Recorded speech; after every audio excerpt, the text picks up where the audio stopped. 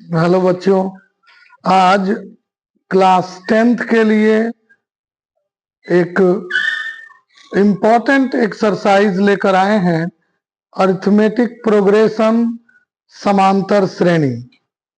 Class 10th में इससे बहुत ज़्यादा क्वेश्चंस पूछे जाते हैं, तो आज हम कुछ इम्पोर्टेंट क्वेश्चन को बताने जा रहे हैं आपको, और आप इस टाइप के क्वेश्चन रिवाइज करेंगे।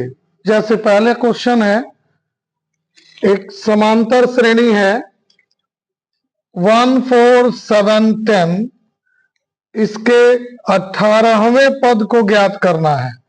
एक एपी दिया गया है, इसके 18th टर्म को फाइंड करना है। तो सबसे पहले चलिए सॉल्यूशन इसका करते हैं। सबसे पहले इसमें फर्स्ट टर्म ए पता करेंगे, ये 1 हो गया। कॉमन डिफरेंस बाद वाले टर्म से पहले वाले टर्म को माइनस करके 4 - 1 3 हो गया, और n हो जाएगा जो टर्म निकालना है 18।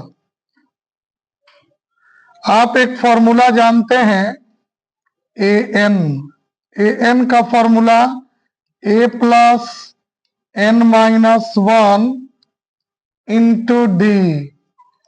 n के स्थान पर 18 रखिएगा, यहाँ a के जगह पर इस क्वेश्चन में 1 है, प्लस 18 माइनस 1 और d का वैल्यू 3 रख दिया।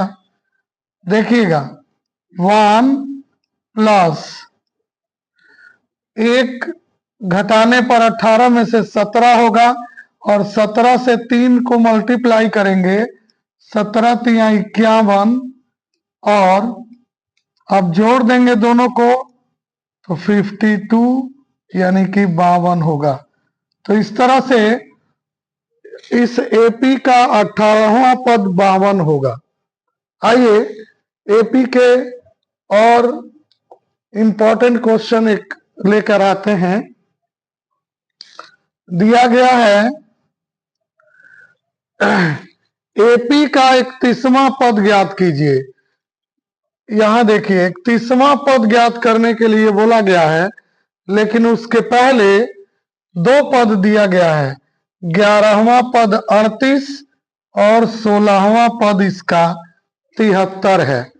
तो सबसे पहले इसमें हमको न तो पहला टर्म मालूम है, न तो कॉमन डिफरेंस मालूम है। अगर ये दोनों मालूम होने पर होते हैं तो हम किसी भी टर्म को निकाल सकते हैं। तो सबसे पहले हम लोग ए और डी को मालूम करेंगे। तो ऐसे करते हैं, चलिए सॉल्यूशन इसका शुरू करते हैं। मान लीजिए, माना प्रथम पद ए, फर्स्ट टर्म ए, और सार्व अंतर इसका डी है।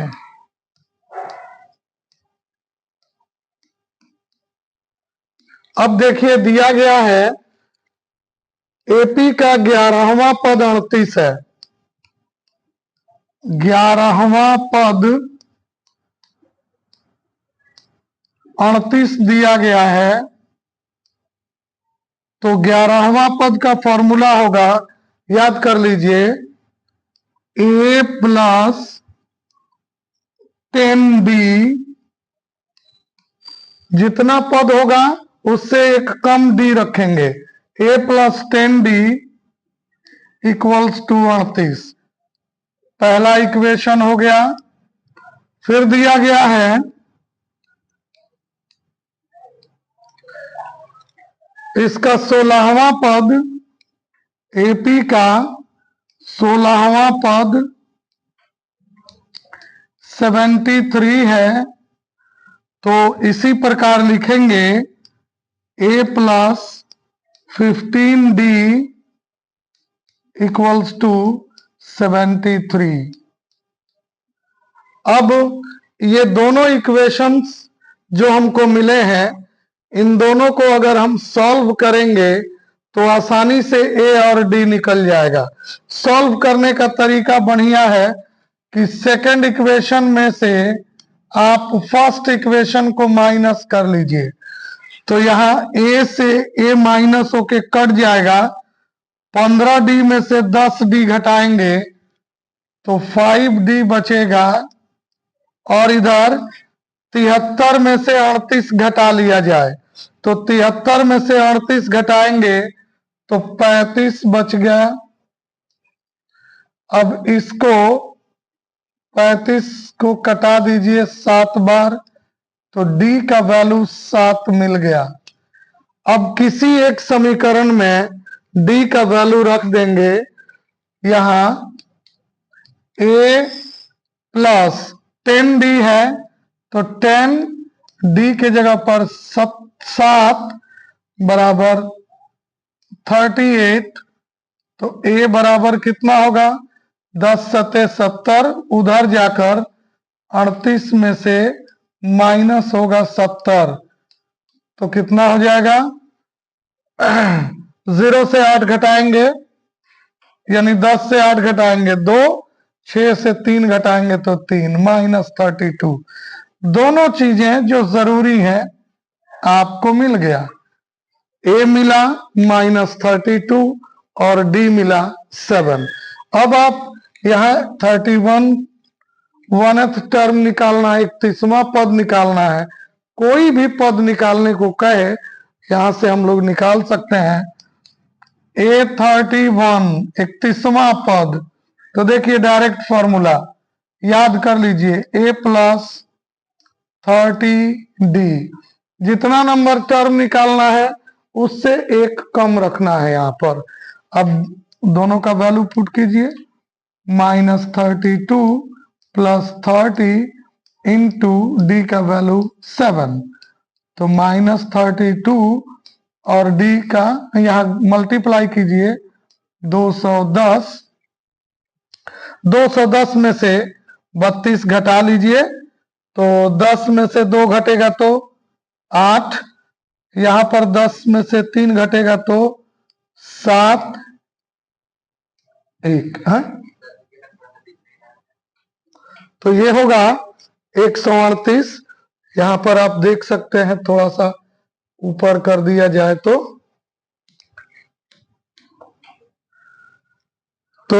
यहां पहला काम इस तरह का क्वेश्चन भी बहुत इंपॉर्टेंट है। इसमें दो इक्वेशन बन जाता है, दोनों इक्वेशन को सॉल्व करके ए और डी निकाल लेते हैं, और उसके बाद जो पूछा जाता है उसको यहां पर फाइंड आउट कर लेते हैं। आइए इसी टाइप का अगला क्वेश्चन हम लेते हैं जो बहुत ही इंपॉर्टेंट है। देखिए बहुत आसान भी है। एक एपी है 3, 8, 13, 18 उसके टर्म्स हैं। बोला गया ऐसे बढ़ते हुए कौन सा टर्म 78 होगा। कौन सा टर्म समझिएगा, जैसे इसका पहला टर्म 3 है, दूसरा टर्म 8 है, तीसरा 13 है, चौथा 18 है, उसी तरह से कौन सा टर्म 78 है। तो इस तरह के क्वेश्चन का आप आंसर ऐसे निकालिए। मान लीजिएगा कि इसका nवां टर्म 78 है। यहां पर पहले क्या क्या दिया हुआ है देखते हैं। A3 दिया हुआ है क्वेश्चन में, D कितना है 8 - 3 कर दीजिए 5, और मान लीजिए कि an बराबर 78 है, इसका nवां टर्म 78 है। तो अगर आप n फाइंड आउट कर लेते हैं तो पता चल जाएगा कि कौन वाला टर्म 78 है। तो बहुत आसानी से चलिए n निकालना सीख लीजिए। क्वेश्चन में an का फॉर्मूला होता है a plus n-1 into D, इधर हो गया 78। अब a की स्थान पर 3 प्लस n माइनस 1, d कितना है 5, यहां रख दिया 78।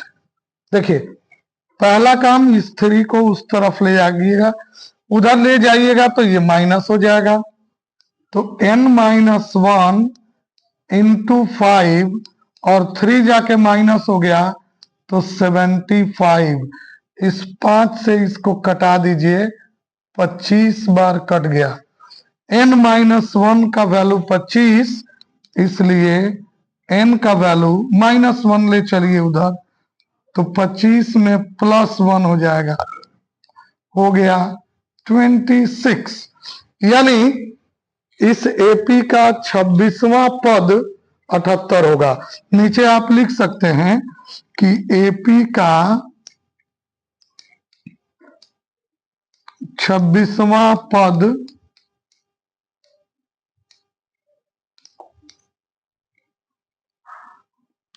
एपी का 26वां पद 78 है। उम्मीद करते हैं कि ये क्वेश्चन आपको समझ में आया होगा। बहुत आसान है, ए और डी यहां मिल जाएगा, एन निकालना था, कितना कौन वाला टर्म 78 है, तो हम मान लिए कि ए एन 78 है, ए एन का फॉर्मूला लिखकर 78 के इक्वल किए, सॉल्व करके एन का वैल्यू निकाल दिए। इस टाइप का और क्वेश्चन आप रिवाइज कर लोगे। आइए बढ़ते हैं एक और क्वेश्चन की तरफ। ये थोड़ा सा समझने वाला क्वेश्चन है। एक एपी है 3, 10, 17, 24। बोला गया कि इसका कौन सा टर्म लीजिएगा जो इसके 13वें टर्म से 84 अधिक होगा। तो ऐसा करते हैं, मान लेते हैं कि इसका nth टर्म इसके 13वें टर्म से 84 अधिक है। n का वैल्यू निकालेंगे, सॉल्व हो जाएगा। तो ऐसे करते हैं, मान लीजिए कि इसका an जो होगा nth टर्म इसके a13 से 13वें टर्म से 84 अधिक है। ऐसे अब वैल्यू रखिए, an का वैल्यू होता है a plus n minus 1 into D. 13वां टर्म का होगा a प्लस 12d और प्लस 84। ध्यान दीजिए ये a दोनों तरफ कट जाएगा। उसके बाद अब n माइनस 1 यहां d का वैल्यू रखेंगे। d कितना है यहां से देखिए, 10 से 3 घटाएंगे तो 7 होगा, 7। यहां पर 12d तो 12 इंटू 7 और प्लस 84। ठीक है, अब n माइनस 1 इंटू 7, 7 यहां कॉमन ले लीजिए, तो 12 इंटू 7 में 7 कॉमन हो गया, 12 बच गया, और 12 सत्ते 84, यहां भी 12 बच जाएगा, 7 कॉमन होगा, 7 दोनों तरफ कटा दीजिए, n माइनस 1 हो गया 12 और 12 24, तो n का वैल्यू हो गया 24। अब माइनस 1 उधर ले चलिएगा, प्लस 1 होगा, ये हो जाएगा 25। यानी कि इस एपी का जो 25वां टर्म होगा अपने 13वें टर्म से 84 अधिक होगा। उम्मीद करते हैं कि ये समझ में आया होगा। वही लैंग्वेज यहां अपनाए हैं, मान लिए हैं कि nवां टर्म इसके 13वें टर्म से 84 अधिक है, n का वैल्यू निकाल लिए, यही 25 इसका आंसर हो जाएगा। तो इस टाइप का क्वेश्चन। आइए एक अलग टाइप का क्वेश्चन देखिए। 3 अंकों वाली संख्या, आप जानते होंगे 3 अंकों की संख्या जो होती है वो शुरू होती है 100 से और 999 तक जाती है। तो 3 अंकों की कितनी संख्या है 100 से 99 के बीच, 999 के बीच जो 7 से विभाज्य है। तो 3 अंकों की संख्याएं जो 7 से विभाज्य हैं उन्हें ज्ञात करना है। तो चलिए 7 से विभाज्य 3 अंकीय संख्या पहले हम कुछ लिखते हैं। यहां पर देखते हैं 100 के बाद 105 एक ऐसी संख्या है जो 7 से कटती है। 105 के बाद 112, 119 ये सभी संख्याएं 7 से कटती हैं। इसी प्रकार आगे बढ़ेंगे तो 999 7 से नहीं कटता है, 998 भी 7 से नहीं कटता है। कौन सी संख्या 7 से कटेगी? तो यहां 999 में 7 से डिवाइड कर लीजिए।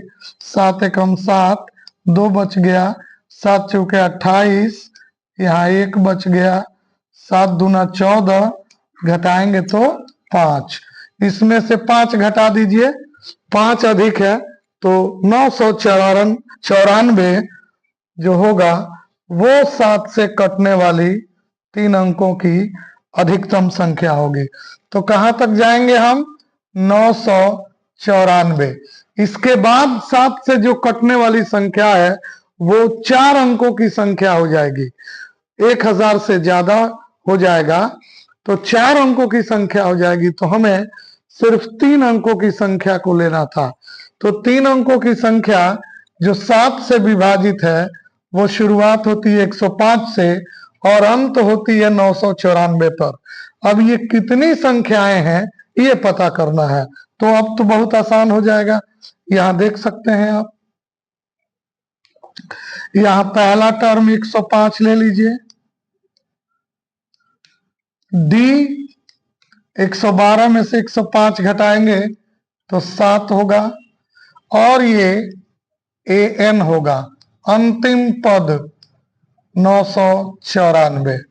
तो चलिए अंतिम पद 994 है, ए एन बराबर 994। तो ए एन का formula A plus N minus 1 into D, ये हो जाएगा 994। तो अब ए के स्थान पर 105 रख दिया जाए, n माइनस 1, n तो पता करना है, डी के स्थान पर 7 रखा जाए, 994। अब पहला काम n निकाल रहे हैं। अभी इसके पहले एक क्वेश्चन बताए थे जिसमें हम लोग n निकाले थे। तो कैसे निकाले थे? इसको ले जाके माइनस कर लेंगे, n माइनस 1 इंटू 7, 105 इसमें से घटा लीजिए, 994 में से 105 घटा लीजिए तो कितना बचेगा? 14 में से 5 घटेगा तो 9, 8 में से 0 घटेगा तो 8 और यहां बचेगा 9, 8 में से 1 घटेगा तो 8। अब देखिए तो ये 7 से कटता है कि नहीं? कट जाना चाहिए, 7 से कट जाएगा। 12 सतह 84, 7 सतह 49, 127 हुआ। n माइनस 1 इक्वल्स टू 127, तो n इक्वल्स टू 1 लाके उधर ऐड कर दीजिए, 127 प्लस 1 मतलब 128। यानी कि 3 अंकों की कुल 128 संख्याएं हैं जो 7 से विभाज्य हैं। तो इस तरह का भी एक सवाल आप देखें। तो हमने 5 क्वेश्चन बताया, पांचों का अलग अलग टाइप था। आपका काम है कि हर टाइप के क्वेश्चंस को प्रैक्टिस करें, ये इम्पोर्टेंट है बिहार बोर्ड के आने वाले एग्जाम के लिए। अगर बात समझ में आई है तो वीडियो को लाइक करिए, शेयर कीजिए।